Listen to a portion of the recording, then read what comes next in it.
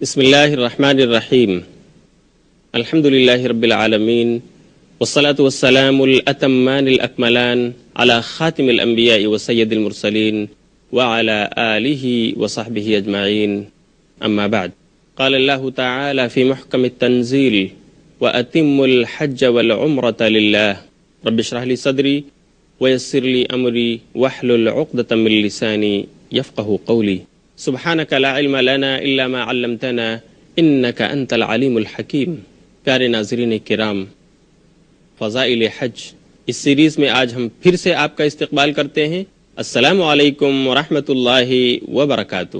آپ کو یاد ہوگا پچھلے درس میں ہم نے آپ کو بتایا تھا کہ حج کی شرائط کیا ہیں، حج کس پر کب فرض ہوتا ہے، خواتین کے لیے مزید شرائط کیا ہیں جو اسلام نے رکھے ہیں ان کی سیکورٹی کے لیے۔ آج میں آپ کو بتاؤں گا کہ آپ عمرہ کیسے کریں، کیونکہ عام طور سے بیرونی حجاج کرام جو مکہ مکرمہ پہنچتے ہیں وہ یا تو حج تمتع کیا کرتے ہیں اور یا پھر حج قران، اور ان دونوں میں سب سے پہلے حاجی کو عمرہ کرنا ہوتا ہے۔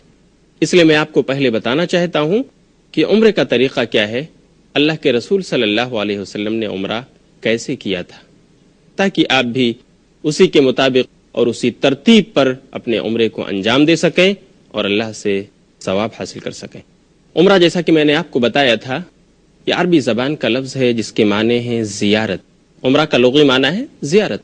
شریعت کی اصطلاح میں عمرہ کہتے ہیں کہ خاص بیت اللہ کی زیارت کرنا، خانہ کعبہ پہنچ کر خانہ کعبہ کا طواف کرنا اور پھر صفا اور مروہ کے درمیان 7 چکر لگانا، اس کے بعد اپنے بالوں کو چھوٹا کرا لینا یا مڈوا لینا، چھلا لینا، اس کے بعد آپ کا عمرہ ادا ہو گیا۔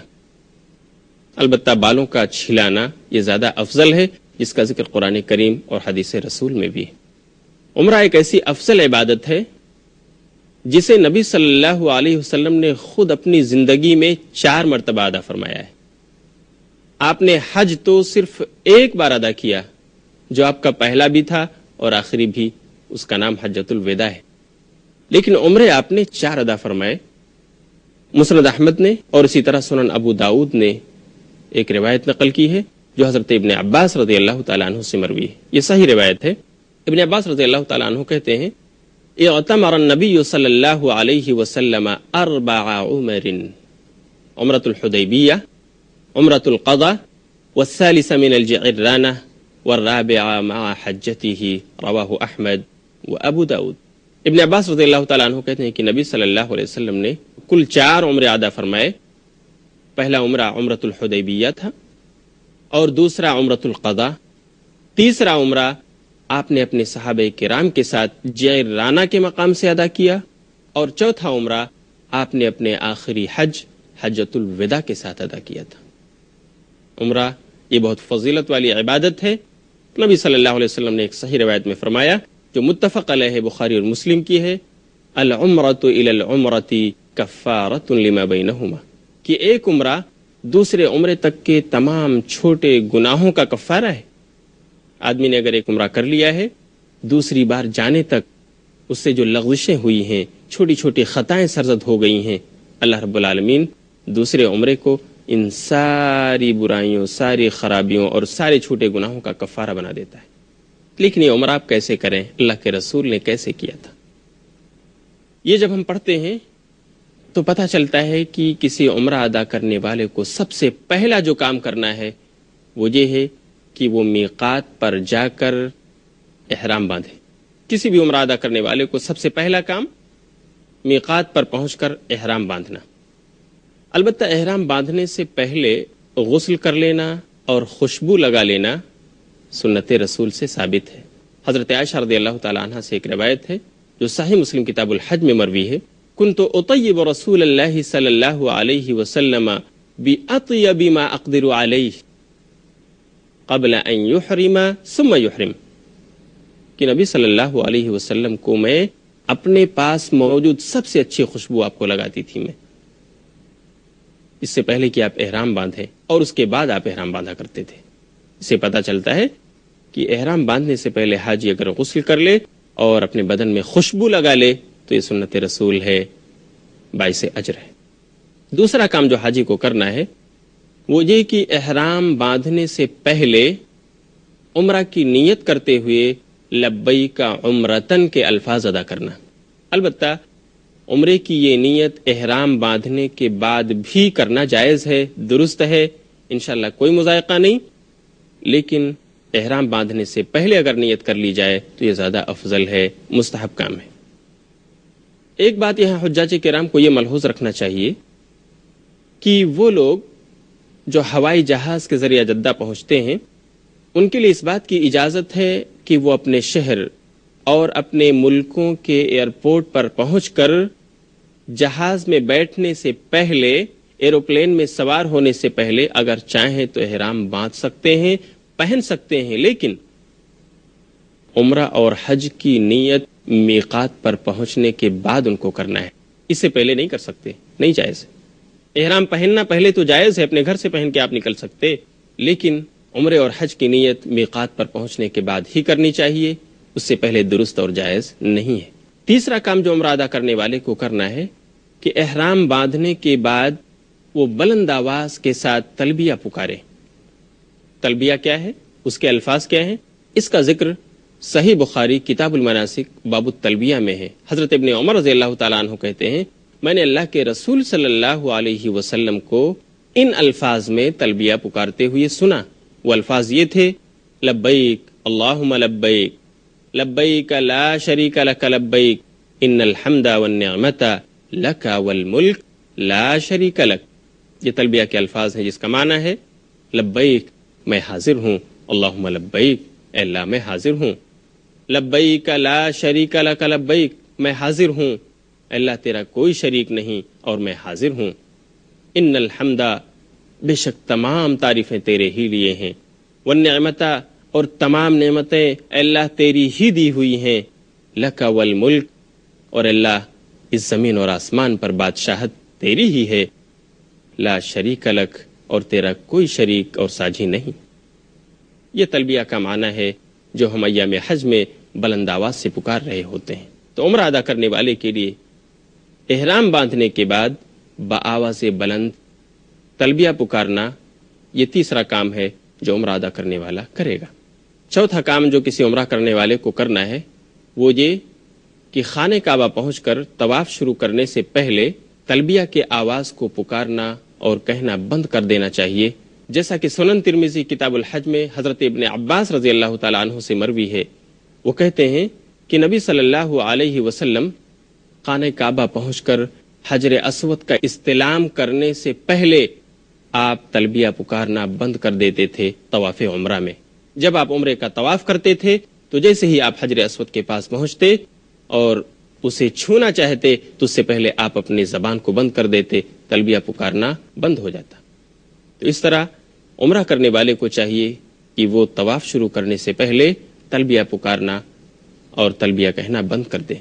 پانچواں کام جو کسی عمرہ کرنے والے کو ادا کرنا چاہیے وہ یہ کہ طواف شروع کرتے ہوئے اپنے کندھے کے اوپر والی جو چادر ہے اس کو دائیں کندھے کے نیچے سے نکال کر اپنے بائیں کندھے پر ڈال لے۔ اس کا نام اضطباء ہے، یعنی عمرہ ادا کرنے والے کو اضطباء کرنا چاہیے، اپنی چادر کو داہنے کندھے کے نیچے سے نکال کر بائیں کندھے کے اوپر ڈال لے۔ یہ سنت رسول ہے۔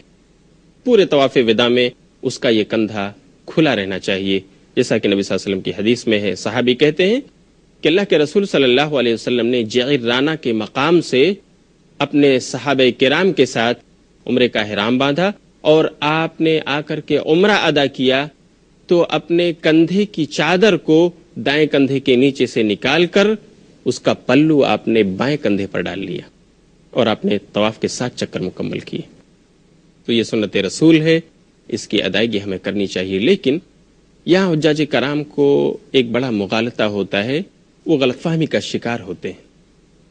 خود میں نے اپنی آنکھوں سے دیکھا ہے طواف کے دوران کہ بہت سارے حجاج کرام طواف کر رہے ہوتے ہیں اور ان کا یہ کندھا کھلا ہوا ہوتا ہے، اسی دوران نماز کا وقت ہو جاتا ہے، اذان دی جاتی ہے اور جماعت کا اعلان بھی ہو جاتا ہے۔ طواف کرتے کرتے لوگ نماز کے لیے جماعتوں میں شامل ہو جاتے ہیں اسی حال میں کہ ان کا کندھا کھلا ہوتا ہے، وہ اپنے کندھے کو نہیں ڈھکتے۔ یہاں حجاج کرام کا یہ کام درست نہیں ہے، کیونکہ نماز کے پورا ہونے کے لیے، نماز کے کامل و مکمل ہونے کے لیے کندھے کا ڈھکا ہونا، اس کا بند ہونا ضروری ہے۔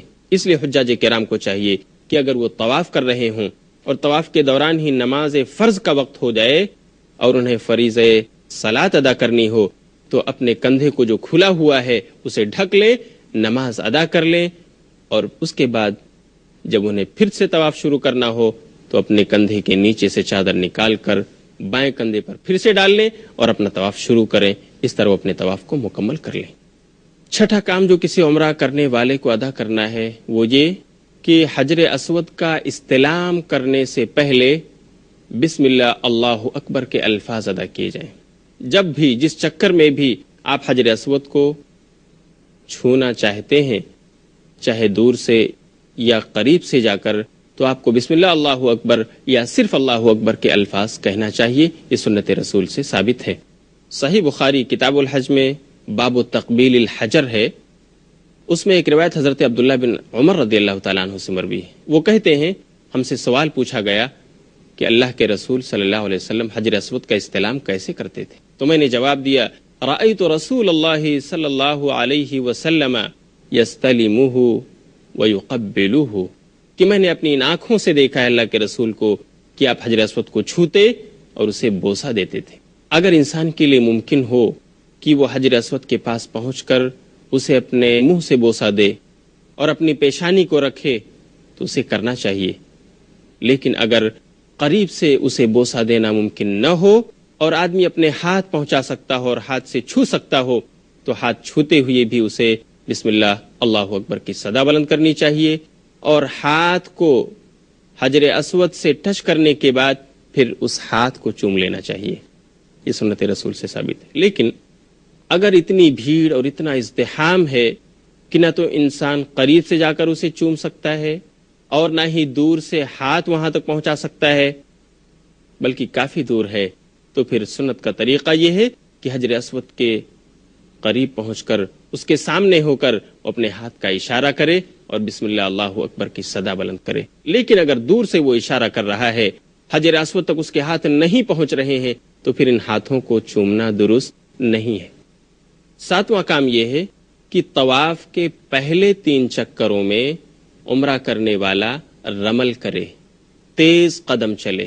رمل کہتے ہیں اپنے مونڈھوں کو اٹھا کر تیز قدم چلنا، لیکن یہ حکم صرف مردوں کے لیے ہے، خواتین کے لیے نہیں۔ خواتین اپنی عام چال چلیں گی۔ تو عمرہ ادا کرنے والے کو چاہیے کہ طواف کے پہلے 3 چکروں میں رمل کرے، تیز قدم چلے، اور باقی 4 چکروں کے اندر عام چال چلے۔ اور 8واں کام یہ ہے کہ عمرہ کرنے والا طواف کے ہر چکر میں رکن یمانی کے پاس پہنچ کر اگر اس کے لیے چھونا ممکن ہے تو اسے چھوئے، اس کا استلام کرے، لیکن وہاں اسے چومنا درست نہیں، رکن یمانی پر بوسہ دینا درست نہیں ہے۔ اسی طرح اگر اس کے ہاتھ رکن یمانی تک نہ پہنچ رہے ہوں بلکہ وہ دور ہو، تو جس طرح وہ حجر اسود کے سامنے اپنے ہاتھ اٹھایا کرتا تھا، اشارے کیا کرتا تھا، رکن یمانی کے سامنے ہاتھوں کا اشارہ کرنا جائز اور درست نہیں ہے، یہاں پر اسے گزر جانا چاہیے۔ اور رکن یمانی اور حجر اسود کے درمیان ایک دعا جو اللہ کے رسول سے ثابت ہے پڑھنا چاہیے۔ وہ دعا ہے ربنا آتنا فی الدنیا حسنۃ وفی الآخرۃ حسنۃ وقنا عذاب النار۔ حضرت عبداللہ بن صاحب رضی اللہ تعالیٰ عنہ ایک صحابی ہے، وہ کہتے ہیں کہ میں نے اللہ کے رسول صلی اللہ علیہ وسلم کو رکن یمانی اور حجر اسود کے درمیان یہ دعا پڑھتے ہوئے سنا ہے، ربنا آتنا فی الدنیا حسنہ وفی الآخرۃ حسنہ وقنا عذاب النار، کہ ہمارے رب ہمیں اس دنیا میں بھی نیکی اور بھلائی عطا فرما، اور قیامت کے دن بھی آخرت میں ہمیں نیکی اور بھلائی عطا فرما، وقنا عذاب النار، اور آخرت میں ہمیں جہنم کے عذاب سے بچا لے۔ اس طرح عمرہ ادا کرنے والے نے اگر اپنے 7 چکر مکمل کر لیے ہیں تو اب اسے یہ کرنا ہے کہ وہ 7 چکر مکمل کرنے کے بعد مقام ابراہیم کی طرف آئے، یہ دعا پڑھتے ہوئے وَاتَّخِذُوا مِن مَقَامِ إِبْرَاهِيمَ مُصَلًّى، اور وہاں مقام ابراہیم کے پیچھے جس جگہ بھی جہاں بھی اسے جگہ میسر آئے وہاں 2 رکعت وہ نماز پڑھ لے۔ 10واں کام جو کسی عمرہ کرنے والے کو ادا کرنا ہے وہ یہ کہ مقام ابراہیم کے پیچھے 2 رکعت نماز ادا کرنے کے بعد زمزم کے کنویں کے پاس جا کر زمزم پیے، اور اگر میسر آئے تو کچھ سر پر بھی ڈال لے۔ یہ مستحب کام ہے، جیسا کہ حضرت جابر رضی اللہ تعالی عنہ سے سنن ترمذی کتاب الحج باب کیف الطواف میں منقول ہے۔ وہ کہتے ہیں کہ نبی صلی اللہ علیہ وسلم جب مکہ تشریف لائے تو آپ نے سب سے پہلے حجر اسود کا استلام کیا، اس کے بعد آپ نے اپنا طواف شروع کیا دائیں طرف سے۔ پہلے 3 چکروں میں آپ نے رمل کیا، تیز قدم چلے، اور پھر 4 چکروں میں آپ عام چال چلتے رہے۔ آپ نے اس طرح 7 چکر مکمل کیے اور پھر مقام ابراہیم کی طرف وَاتَّخِذُوا مِن مَقَامِ إِبْرَاهِيمَ مُصَلًّى یہ دعا پڑھتے ہوئے آئے۔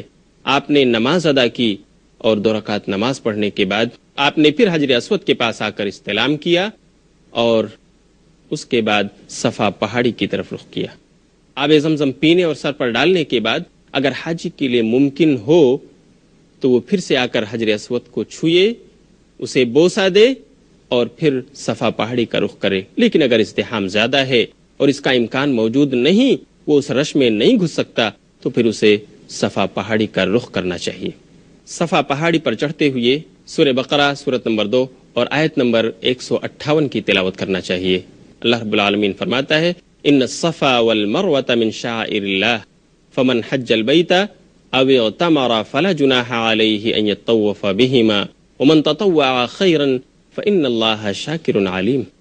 یہ آیت پڑھتے ہوئے حاجی کو صفا پہاڑی پر چڑھنا چاہیے اور قبلہ رخ ہو کر خانہ کعبہ کو دیکھتے ہوئے اس دعا کا بھی ورد ہونا چاہیے 3 بار۔ کون سی دعا؟ جو میں آپ کو بتانے جا رہا ہوں۔ سب سے پہلے قرآن کی آیت پڑھیے اور اس کے بعد قبلہ رخ ہو کر 3 دفعہ اس دعا کا ورد کیجیے۔ اللہ اکبر، اللہ اکبر، اللہ اکبر، لا الہ الا اللہ وحدہ لا شریک لہ، لہ الملک ولہ الحمد وہو علی کل شیء قدیر، لا الہ الا اللہ وحدہ انجز وعدہ ونصر عبدہ وہزم الاحزاب وحدہ۔ یہ دعا ہے جس کو صفا پہاڑی پر قبلہ رخ ہو کر کے خانہ کعبہ کو دیکھتے ہوئے 3 مرتبہ پڑھنا چاہیے، اور پھر صفا سے مروہ پہاڑی کی طرف روانہ ہو جانا چاہیے، اور اس بیچ میں جو بھی نبوی یا قرآنی دعائیں انسان کو یاد ہیں اسے کرنا چاہیے، یا انسان اور بھی کچھ اگر اپنی زبان میں مانگنا چاہتا ہے تو بھی وہ اللہ سے دعا کر سکتا ہے، اس کے لیے جائز اور مباح ہے۔ مروہ پہاڑی پر پہنچ کر بھی قبلہ رخ ہو کر انسان دعا کر سکتا ہے۔ یہاں یہ بات ملحوظ رہے، ہماری سعی کی ابتدا، ہمارے دوڑ کی شروعات صفا پہاڑی سے ہونی چاہیے، کیونکہ اللہ رب العالمین نے بھی یہیں سے شروع کیا ہے اور سب سے پہلے صفا پہاڑی کا ذکر کیا ہے۔ ان الصفا والمروۃ من شعائر اللہ۔ اللہ کے رسول کہتے ہیں کہ اللہ تعالی نے جہاں سے شروعات کی ہے، لوگوں تم بھی وہیں سے دوڑنا شروع کرو، یعنی صفا سے۔ صفا سے جاتے ہوئے مروہ پر پہنچ کر اس کا 1 چکر مکمل ہو جاتا ہے، اور مروہ سے جب عمرہ کرنے والا یا حج کرنے والا صفا پہاڑی کی طرف آتا ہے تو اس کا یہ 2سرا چکر ہو جاتا ہے۔ یہاں بعض حجاج کرام کو یہ غلط فہمی ہوتی ہے کہ وہ صفا پہاڑی سے مروہ اور پھر مروہ سے صفا اس کو 1 چکر سمجھتے ہیں اور 1 شوط مانتے ہیں۔ یہ سنت رسول کے خلاف ہے۔ سنت رسول یہ ہے کہ آپ صفا سے مروہ پہنچیے، یہ آپ کا 1 چکر ہوا، اور مروہ سے جب آپ صفا کو پھر واپس آئیں گے تو آپ کا 2سرا چکر ہو جائے گا۔ اس طرح آپ صفا سے شروع کریں گے تو آپ کا 7واں چکر مروہ پہاڑی پر جا کر ختم ہوگا۔ صفا اور مروہ کی سعی کرنے کے بعد مردوں کو اپنے سر کے بال مڑوا لینا چاہیے، چھلا لینا چاہیے جو افضل ہے، یا کم سے کم اس کو چھوٹا کرا لینا چاہیے، لیکن چھوٹا کراتے ہوئے اس بات کا خیال رہے کہ آپ یہاں وہاں سے نہ لیں، بلکہ پورے سر کی سیٹنگ ہونی چاہیے، اور پورے سر کے بال میں سے آپ بال کو نکالیں۔ ایسا نہ ہو کہ کہیں سے آپ نے کاٹ لیا اور کہیں چھوڑ دیا، یہ سنت رسول کے خلاف ہے۔ اللہ کے رسول نے اس طرح کرنے سے منع فرمایا ہے۔ تو مردوں کو اپنے پورے سر کے بال یا تو سیٹ کرا لینا چاہیے، چھوٹا کرا لینا چاہیے، اور یا پھر انہیں مڈا لینا اور چھلا لینا چاہیے جو افضل طریقہ ہے۔ البتہ عورتوں کو صرف ایک ناخن یا ایک پور اور 2 پور کے برابر اپنے بالوں کی لڑی سے کاٹنا چاہیے۔ خواتین کو اپنے بالوں کا مڈانا یا چھلانا یہ سنت رسول سے ثابت نہیں ہے۔ مردوں کے لیے صرف ہے کہ وہ چھلا سکتے ہیں، مڈا سکتے ہیں اور اپنے پورے بال کو سیٹ کرا سکتے ہیں۔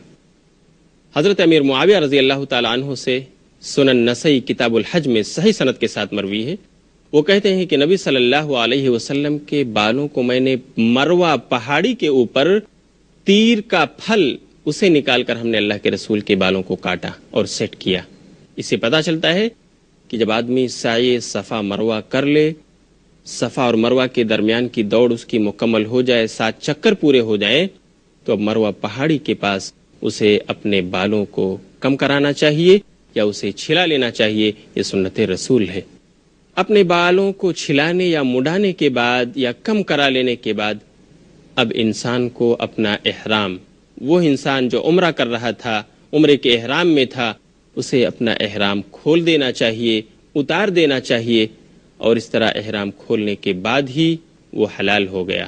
اب وہ اپنے عام لباس پہن سکتا ہے اور احرام کے اندر حالت احرام میں جو قید و بند تھی اس سے وہ آزاد ہو گیا، اور اب وہ اپنی بیوی سے بھی مل سکتا ہے، اور دوسری ضرورتیں جو وہ حالت احرام میں پوری نہیں کر سکتا تھا اس کی اجازت اسے مل جاتی ہے۔ یہ ہے عمرے کا مسنون طریقہ۔ انشاءاللہ حج اور عمرے کے اس موضوع پر ہماری اور آپ کی گفتگو چلتی رہے گی، لیکن وقت ہو گیا ہے، اس لیے ہم آپ سے اجازت چاہتے ہیں۔ انشاءاللہ ہم پھر اگلے درس میں آپ سے ملیں گے۔ والسلام علیکم ورحمۃ اللہ وبرکاتہ، وآخر دعوانا ان الحمد للہ رب العالمین۔